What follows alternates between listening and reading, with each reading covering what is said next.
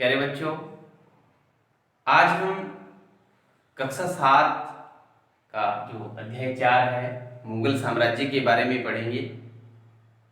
अध्याय 3 में हमने पढ़ लिया था कि दिल्ली के सुल्तान। आज हम इस अध्याय की शुरुआत में कह सकते हैं कि मध्यकाल में कोई भी शासक ऐसा नहीं था जो भारतीय उपमहाद्वीप के ऊपर शासन जिसने किया हो या पूरे भारत को एक साथ जोड़ पाया हो, क्योंकि यहाँ पर जो है बोली, भाषा और संस्कृतियों की जो भिन्नता है उसमें ये कार्य संभव नहीं था। लेकिन मुगलों ने ये कर दिखाया और संपूर्ण भारत पर, आगरा और दिल्ली से शुरू करने के बाद संपूर्ण भारतीय उपमहाद्वीप पर उन्होंने अपना शासन स्थापित किया।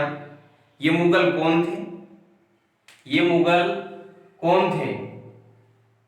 इसके जब हम शुरुआत करते हैं और हम अध्ययन करते हैं तो पाते हैं कि मुगल वंश दो महान शासक वंशों के वंशज थे। ये माता की ओर से मंगोल शासक चंगेज खान, जो कि चीन और मध्य एशिया पर राज करता था, उसके वंशज थे, और पिता की तरफ से ये तैमूर के वंशज थे, जो ईरान, इराक और वर्तमान तुर्की का जो है राजा था। पहल जब मुगल भारत में आए तो सबसे पहले भारत में बाबर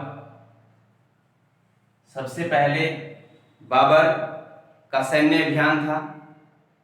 इसने पानीपत की पहली लड़ाई में इब्राहिम लोदी को हराया। और यहाँ से एक महत्वपूर्ण बिंदु ये भी है कि भारत में पहली बार इसी युद्ध में जो है तोप और गोलाबारी का प्रयोग हुआ था। जितने भी मुगल सम्राट में हैं उनमें सबसे पहले बाबर, जिसके बारे में हम पढ़ चुके हैं, 1526 में यहाँ का शासक बना और बहुत जल्द, मतलब सिर्फ 4 ही शासक वो शासन किया और 1523 में उसकी मृत्यु हो गई थी। इसके बाद इसने अपने जो इसके पुत्र थे उनमें बंटवारा किया और जो भारत का शासक बना वो था हुमायूं। हुमायूं का शासनकाल 2 भागों में विभक्त है। पहला 1530 से 1540 तक। इसके बाद शेर शाह सूरी, शेर खान, इसने जो है हुमायूं को हरा दिया था और कुछ वर्षों तक जो है मुगलों को यहाँ से खदेड़ दिया था। इसके बाद इसने वापसी की 1555 ईस्वी में, और बहुत जल्द, मतलब 1 वर्ष बाद ही जो है 1556 में एक दुर्घटना में इसकी मृत्यु हो गई थी। इसके बाद इसके पुत्र अकबर, जिसे अकबर महान के नाम से भी जानते हैं, मात्र 13 वर्ष की अल्पायु में जो है गद्दी संभाली और 1556 से लेकर 1605 ईस्वी तक इन्होंने इस पूरे उपमहाद्वीप पर जो है अपने साम्राज्य को चलाया। इसके बाद इनका पुत्र जहांगीर, जिसने अपने शासनकाल में एक न्याय की जंजीर भी लगवाई थी कि किसी को अगर गुहार लगानी हो तो उस न्याय की घंटी को बजाकर जो है अपनी फरियाद रख सकते थे। 1627 में मृत्यु के बाद शाहजहां को गद्दी मिली और शाहजहां जो है 1627 से 1658 तक शासन किया।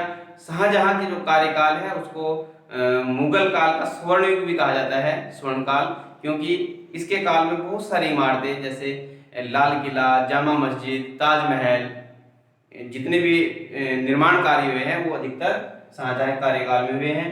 इसके बाद इसका पुत्र औरंगजेब अपने भाइयों को हराकर शासक बना और 1658 से लेकर 1707 तक उसने जो है इस उपमहाद्वीप पर अपना शासन किया।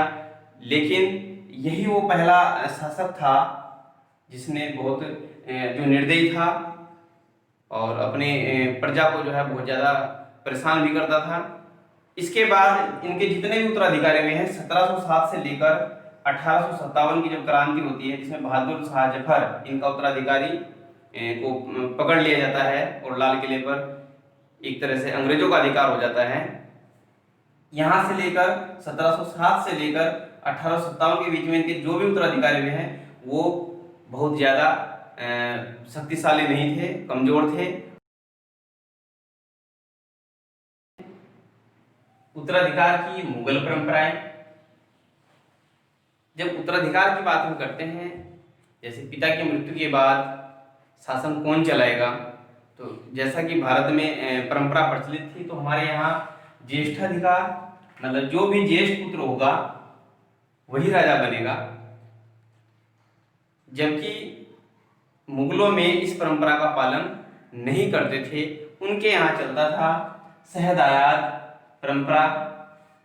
ये वही प्राचीन परंपरा थी उनकी, जो तैमूर वंश की परंपरा पहले से चली आ रही थी, कि वो अपने जितने भी जायदाद होते थे उसको सभी पुत्रों में बांट देते थे।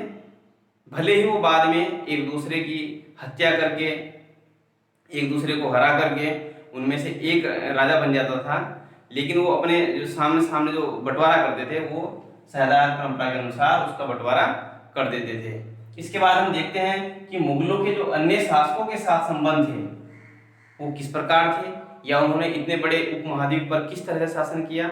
इसको समझने के लिए हम कह सकते हैं कि मुगलों के अन्य शासकों के साथ संबंध में अगर कोई उनकी सत्ता आसानी से स्वीकार कर लेता था तो बहुत अच्छा था, नहीं तो वो युद्ध करके उसको हराकर अपनी सत्ता स्वीकारने पर उसको बाध्य कर देते थे। भारत में अनेक राजपूत वंश, जिनमें मुख्यतः सिसोदिया वंश काफी समय तक, एक लंबे समय तक जो है मुगलों की सत्ता स्वीकारने को मना करता रहा, लेकिन बाद में जब उन्होंने सत्ता को स्वीकार कर लिया तो उनको उनके ये कहेंगे कि उनका राज्य भी वापस दे दिया और उनको अपने यहाँ पर उच्च पदों पर आसीन करके मनसबदार के पद दिए, उनको जागीरें दी उनको। और हमारे पास अनेक उदाहरण ऐसे भी हैं जिनमें महाराणा प्रताप ने जो है लास्ट तक, मरते दम तक भी जो है उनकी सत्ता को स्वीकार नहीं किया। जैसे जैसे साम्राज्य में विभिन्न क्षेत्र सम्मिलित होते गए, वैसे वैसे मुगलों ने तरह तरह के सामाजिक समूह के सदस्यों को प्रशासन में नियुक्त करना आरंभ किया, क्योंकि उनको पता था कि सबको साथ लगाकर जो है अच्छे से शासन किया जा सकता है। प्रारंभ में उन्होंने प्रशासन में सिर्फ तुर्की, जो कि तुरानी कहलाते थे, उनको अपने उच्च पदों पर आसीन करते थे, लेकिन बाद में उन्होंने इस छोटे से समूह के साथ साथ जो है बहुत सारे ईरानी और भारतीयों को भी उच्च पदों पर सम्मिलित किया। उन्होंने भारतीय मुसलमानों को, अफगानों को, राजपूतों को, मराठों को और अन्य लोगों को भी अपने इस समूह में सम्मिलित किया। और मुगलों की जो सेवा में आने वाले नौकरशाह थे, जो मतलब नौकरशाही थी, उसको वो कहते थे मनसबदार।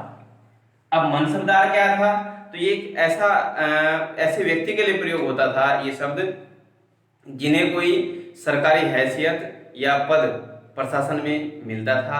यह मुगलों के द्वारा चलाई गई एक ऐसी व्यवस्था थी जिसमें पद, आदमी का उसका वेतन और साथ साथ जो है सैन्य उत्तरदायित्व उसका कितना होता था, इस बात पर वो निर्भर करता था। जैसे हम कहें कि 5000 जात वाला जो मनसबदार था वो 1000 जात वाले मनसबदार से ऊंचा कहलाता था, उसका ओहदा उससे ज्यादा होता था। और जात के अनुसार ही, जितनी उसकी जात होती थी, जितने उसको उत्तरदायित्व मिलते थे, उसी के अनुसार वो जो है अपने घुड़सवार रखता था, घोड़ों को दागने की प्रथा थी, और उसी के आधार पर वो जो है सैनिकों का पंजीकरण भी करवाते थे। तो इस तरह से हम कह सकते हैं कि जो मनसबदार था वो अपने आप में एक बहुत बड़ा पद था।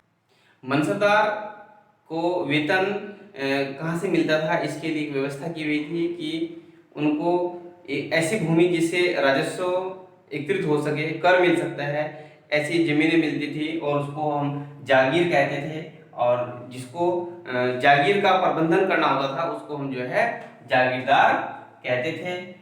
तो हमारा जो आज का अध्याय है अभी भी बचा हुआ है, काफी बड़े बड़े पार्ट हैं इसमें, तो हम इसका जो बचा हुआ भाग है उसको हम नेक्स्ट वीडियो में क्लियर कर लेंगे।